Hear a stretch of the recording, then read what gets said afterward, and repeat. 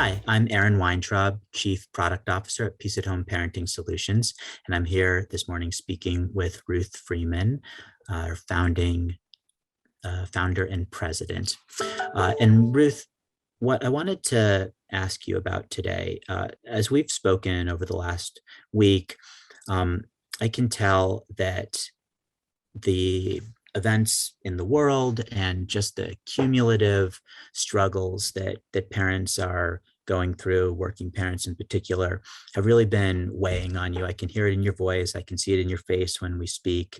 And I know that you have this empathy that comes from understanding all of the pressures that parents are under and working tirelessly to try to support them.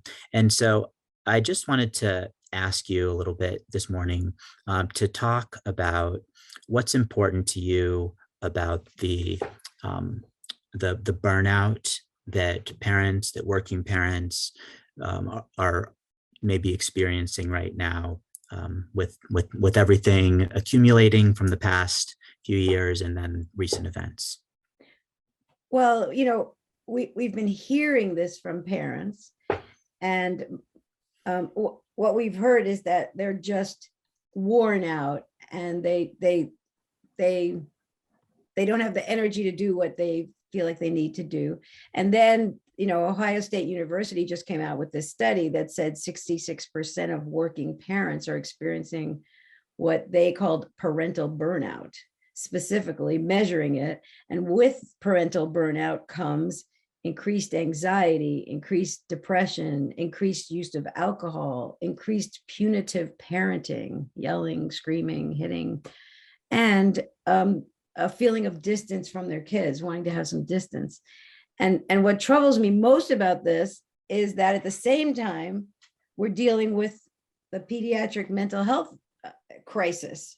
So more and more kids are in great need of therapy and psychological services and support at the same time as parents are feeling incredibly depleted.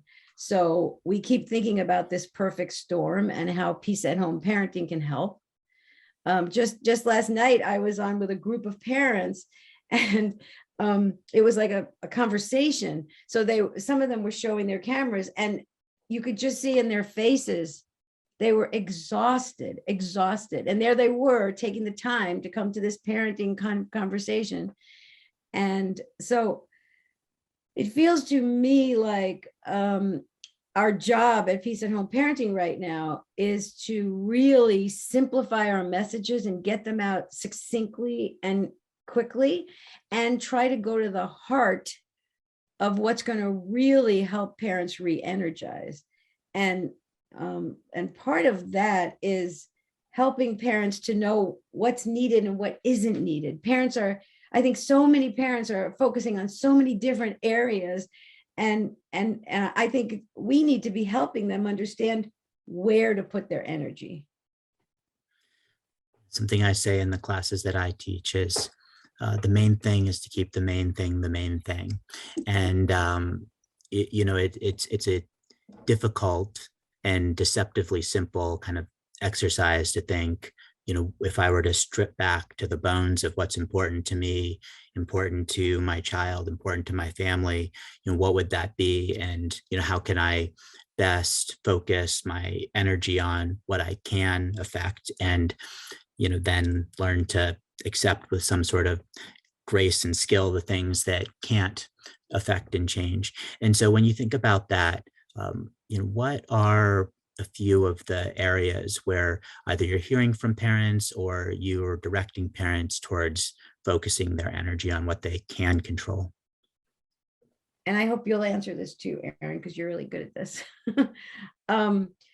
Well, one thing is, and I think many parents have already given this up, but one thing is to give up trying to look good to the world. And I think there's a lot of permission around parents now, especially since they've been having business meetings with their kids crawling all over them, that there's kind of a normalizing of, it looks chaotic, it feels chaotic, and that's okay, So really not worrying about how it looks.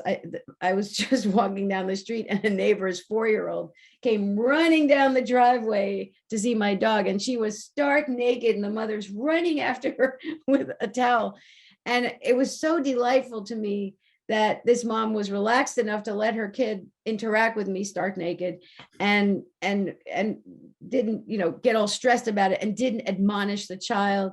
I think, I think that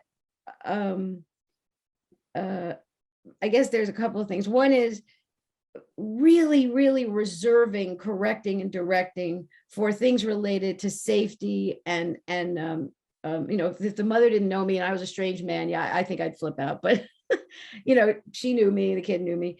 I think it's really reducing correcting and directing. I don't think parents recognize how much that triggers kids and how much that triggers them. The other thing, and if my daughter watches this, she's going to love it. The other thing I would say to parents, particularly with teenagers, is to refrain from all unsolicited advice. And I think, I say in my case, this involves duct tape. This is not like an easy thing to do. But I think, ironically, when we start to really think about what do I really have to help this kid deal with, there's so many things that we're correcting and directing or advising that are just not essential. And I think that steals serenity. It has us tracking things that aren't that urgent.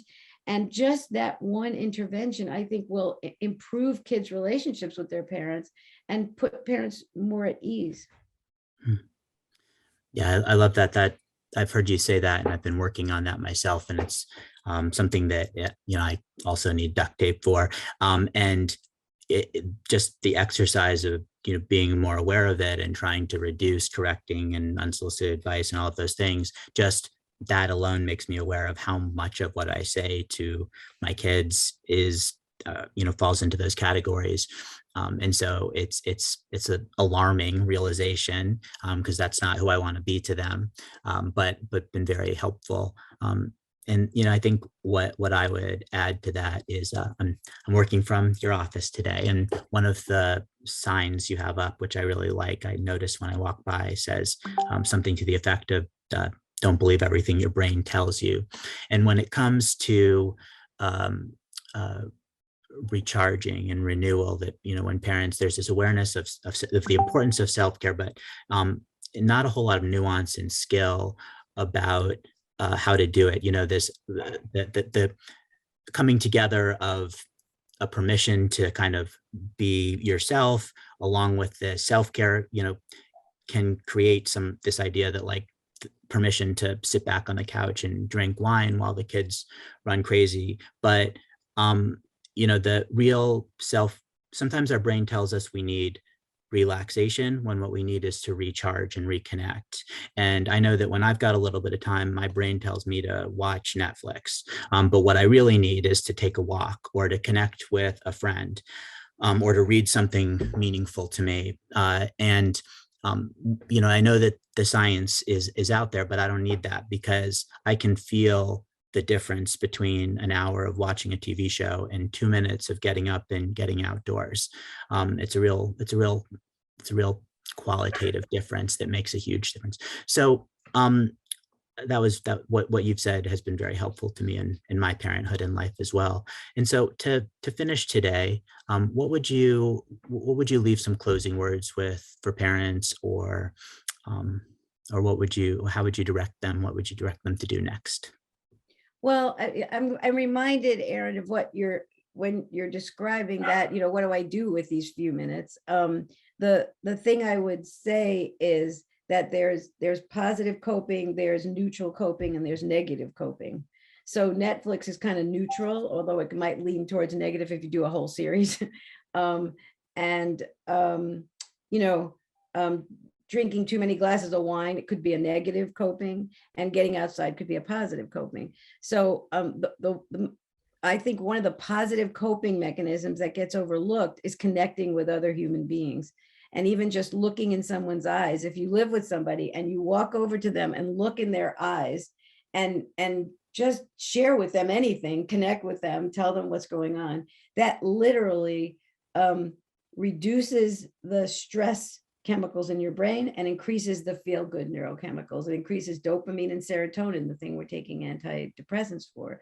So even if it doesn't feel like your instinct, connect with somebody. And I think that that's one of the most powerful, rejuvenating things we can do. You know, moms tend to pick up the phone and talk to other moms.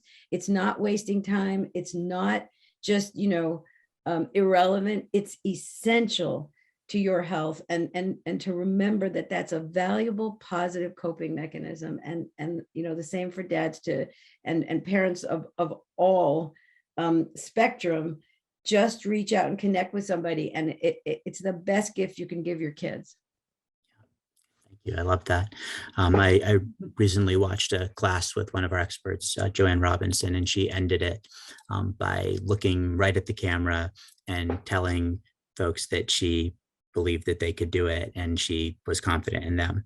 And I think that we can say that too, because I know how much time and energy we both pour into supporting parents, and we wouldn't do that if we didn't see the benefit and potential. And so I think we can both say to anybody watching this that we believe you can do it, and keep on keeping on. So thank you, Ruth, for being here today and for another great conversation. Thanks, Aaron.